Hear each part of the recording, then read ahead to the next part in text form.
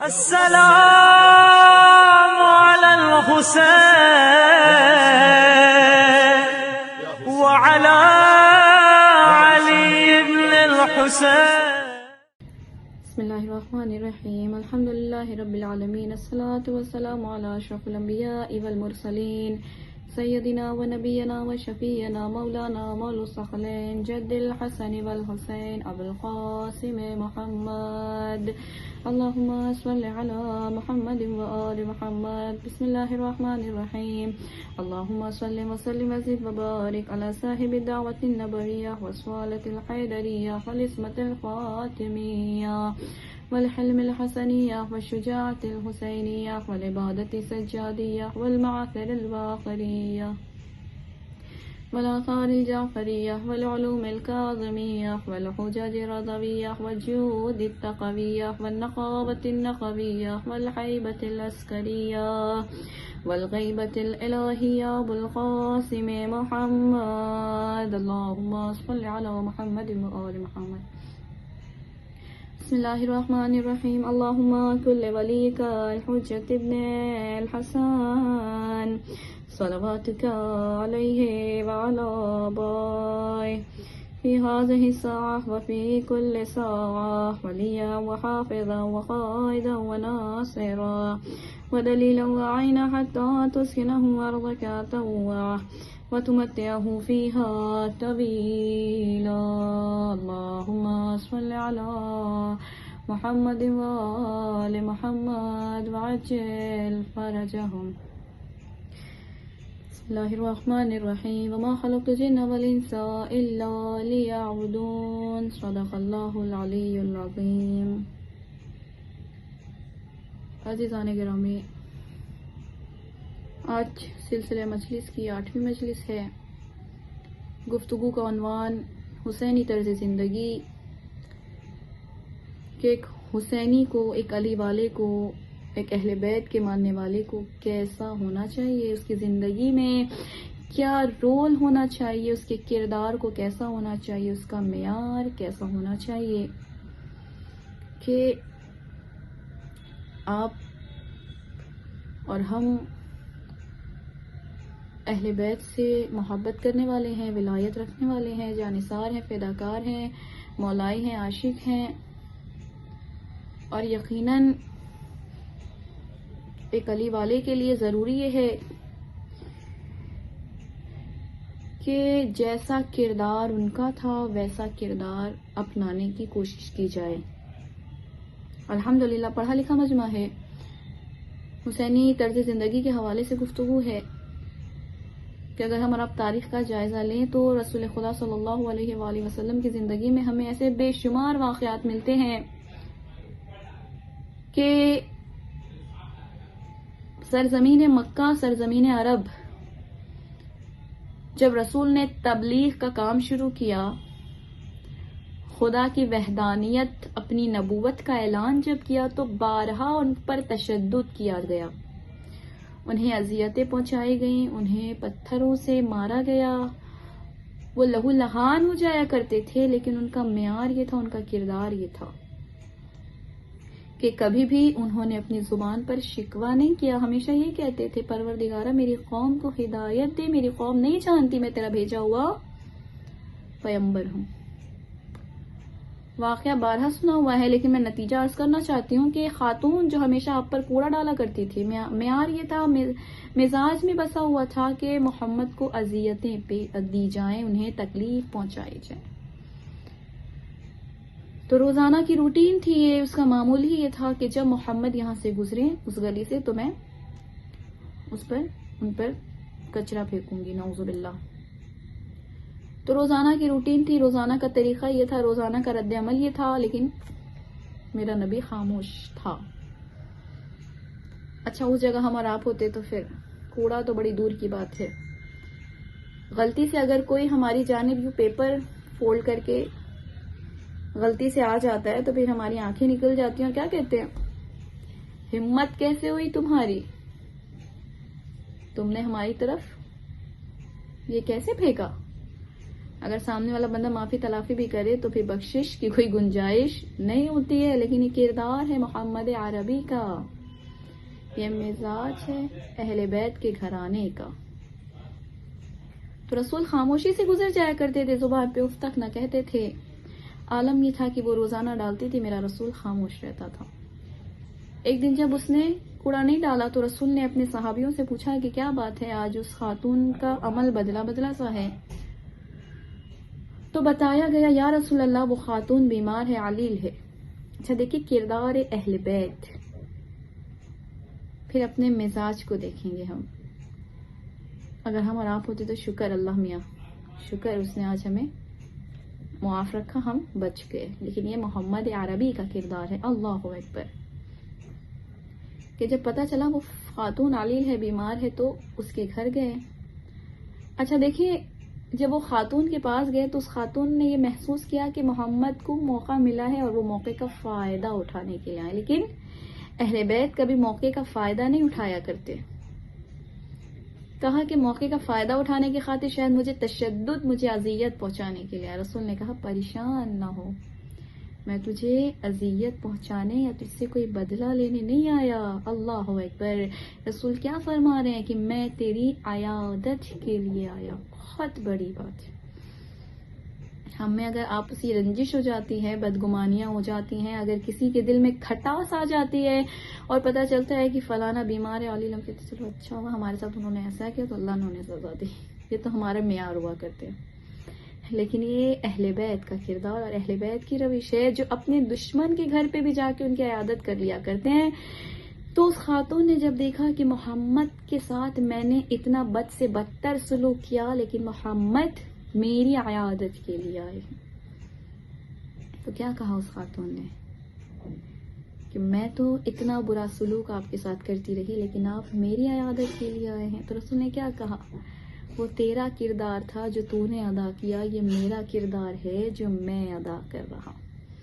بس یہ کہہ کے اس خاتون نے رسول کے قدموں پر گر کر اسلام کو قبول کیا اور کہا کہ یقیناً آپ سچے اور صادق ہیں.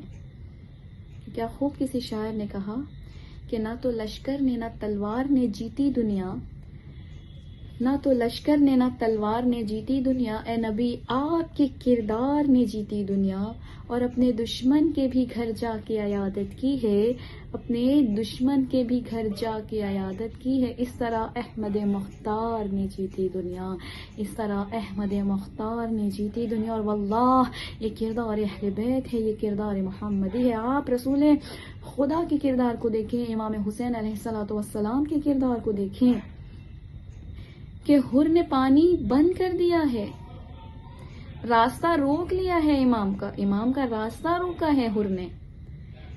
میں نے اپنی مجلس میں عرض کیا تھا حر نے راستہ روکا لیکن امام پھر بھی اسے کس طریقے سے اپنا اخلاق نمایاں کر اور کس طریقے سے اس کے ساتھ گفتگو کر رہے ہیں. بہت بڑی جسارت کی ہے حر نے، لیکن امام اسے سمجھانا چاہ رہے ہیں کہ ہم اور ہوا کرتے ہیں، تم اور ہوا کرتے ہو. یہ کردار اہل بیت ہے اور یقیناً اہل بیت کے ماننے والے کا کردار بھی ایسا ہی ہونا چاہیے کہ اگر ہم سے کسی نے گفتگو کی ہے اور ہمیں کسی نے برا کہا ہے یا ہمیں کسی نے نیچا دکھانے کی کوشش کی ہے تو ضروری نہیں ہے کہ اگر اس نے ہمیں بدتمیزی سے گفتگو کی ہے، ہمیں برا کہا ہے، ہم سے بدتمیزیاں کی ہیں تو ضروری نہیں ہے کہ ہم بھی اس سے 2 قدم آگے بڑھ کر اس سے بدتمیزی کریں. یعنی اگر اس نے برا سلوک کیا ہے تو ہم اسے اچھائی سے جواب دیں، اس نے برائی کا ارادہ کیا ہے تو ہم اچھائی کے ذریعے سے اس کی برائی کو اچھائی میں تبدیل کرنے کا ہنر رکھتے ہیں. کیونکہ کردار ایسا ہونا چاہیے کہ اگر ہم سے کسی نے برا کیا ہے، ہمارے ساتھ کسی نے برا کیا ہے تو ہم اس کے ساتھ اچھا کر کے یہ بتائیں کہ تمہارا کردار اور ہوا کرتا ہے اور اہل بیت کے ماننے والوں کا کردار اور ہوا کرتا ہے. اور پھر ایک حقیقی ماننے والے کے اندر یہ صفت سب سے پہلے ہونا چاہیے کہ جس طریقے سے بھی اللہ سبحانہ و تعالیٰ نے اہل بیت کا امتحان لیا، وہ اہل بیت کو خدا نے ہمیشہ صابر اور شاکر پایا. آپ دیکھیں کربلا کے میدان میں مصیبتوں کی انتہا ہو گئی. وہی بات کہ جہاں پر صبر کرنا مشکل ہوتا ہے کربلا والوں نے شکر کر کے بتا دیا. اللہ اکبر. جہاں پر صبر کرنا مشکل تھا کربلا کے میدان میں مصیبتوں کے پہاڑ توڑ دیے گئے. جہاں صبر مشکل تھا وہاں شکر کر کے دنیا والوں کو بتا دیا گیا کہ ہمارا خدا ہمیں جس بھی کنڈیشن میں رکھے گا, جس بھی حالت میں رکھے گا, ہماری زبان پر فقط ایک ہی فقرہ ہوگا, شکرن للہ شکرن للہ شکرن للہ. یہ کردار اہل بیت ہے کہ اگر انسان مشکلات میں بھی گرفتار ہے اہل بیت کہ کردار کا سہارا لے کے اگر ہمیں کوئی مشکل دو چار ہو جاتی ہے تو ہم فوراً کہتے ہیں واللہ ہمیں اللہ سبحانہ و تعالیٰ کو ہم ہی نظر آ رہے تھے جسے ہمیں اتنی مشکلات میں اس نے گرفتار کر دیا. یقیناً حسینی کردار ایسا ہونا چاہیے کہ اگر اللہ سبحانہ و تعالیٰ اپنے مخلص بندوں کا امتحان لے رہا ہے تو زبان پر شکوہ نہیں, شکر ہونا چاہیے. پھر کسی چیز کا خوف نہیں ہونا چاہیے. اگر کسی چیز کا اثر دل میں باقی ہونا چاہیے تو خدا کی محبت اور اہل بیت کی مودت. اور شاید یہی وجہ ہے کہ جب امام حسین علیہ الصلوۃ والسلام نے جناب قاسم سے پوچھا تھا کہ جب جناب قاسم سے پوچھا تھا کہ بیٹا تم نے موت کو کیسا پایا, تمہارے نزدیک موت کیسی ہے, کہا شہد سے زیادہ شیریں ہے. یہ کردار ہے اہل بیت کا کہ جو موت کو بھی شہد سے زیادہ شیریں سمجھے اسے قاسم کہتے ہیں. اور یقیناً یہ جذبہ ہے, یہ محبت ہے, یہ امام پر جانثاری کا عالم ہے کہ قاسم اپنی شہادت کو بھی یعنی موت کو بھی شہد سے زیادہ شیریں. کیوں؟ کیونکہ وقت کے امام پر قربانی دینا ہے. واللہ اگر یہی ہمارا عقیدہ ہو جائے کہ امام زمان پر قربان ہونے کا وقت بھی آئے تو ہم پھر دریغ نہ کریں. اور اب دیکھیں کربلا کے میدان میں تمام اصحاب و یاران اور انصار جتنے بھی کربلا کے میدان میں تھے سب نے امام کا اس طریقے سے امام کے حکم کو فالو کیا ہے اور امام پر اپنی جانوں کو قربان کیا ہے.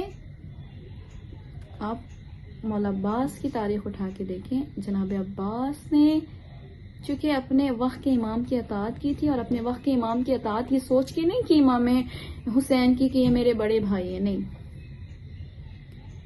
انہوں نے اپنے وقت کے امام کی جو فرما برداری کی ہے یا اپنے وقت کے امام کی معرفت جو اپنے دل میں رکھی ہے یقیناً وہ سبب بنی کہ جس کے سبب خدا متعال نے انہیں باب الحوائج کا لقب دیا ہے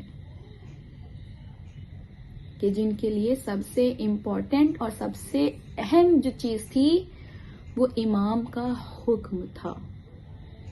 آپ دیکھیں امام نے کیا کہا تھا, ہر جگہ جناب عباس خاموش تھے, چاہے وہ امام علی کی شہادت ہو چاہے وہ امام حسن کی شہادت ہو. امام حسین نے کیا کہا, بھئی عباس یہ کربلا نہیں ہے.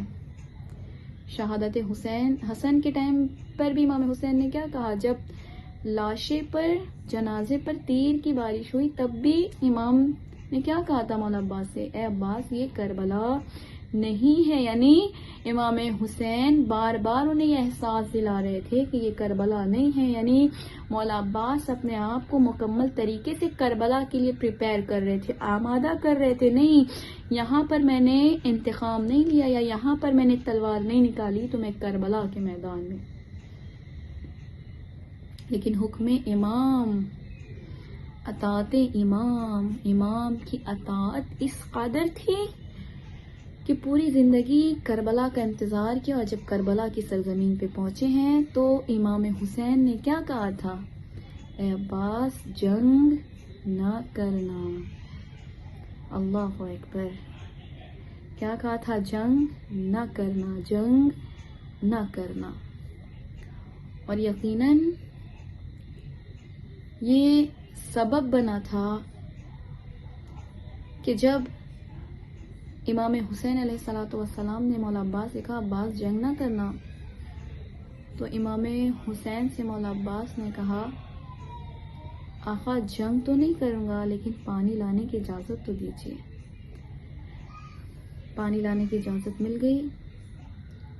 مولا عباس نے علم کو سنبھالا، مشکیزے کو سنبھالا، گھوڑے پر سوار ہوئے۔ اب مقتل جانے کا ارادہ کیا تھا کہ امام حسین نے مولا عباس سے کہا عباس اپنا علم مبارک مجھے بتاؤ، مجھے دکھاؤ۔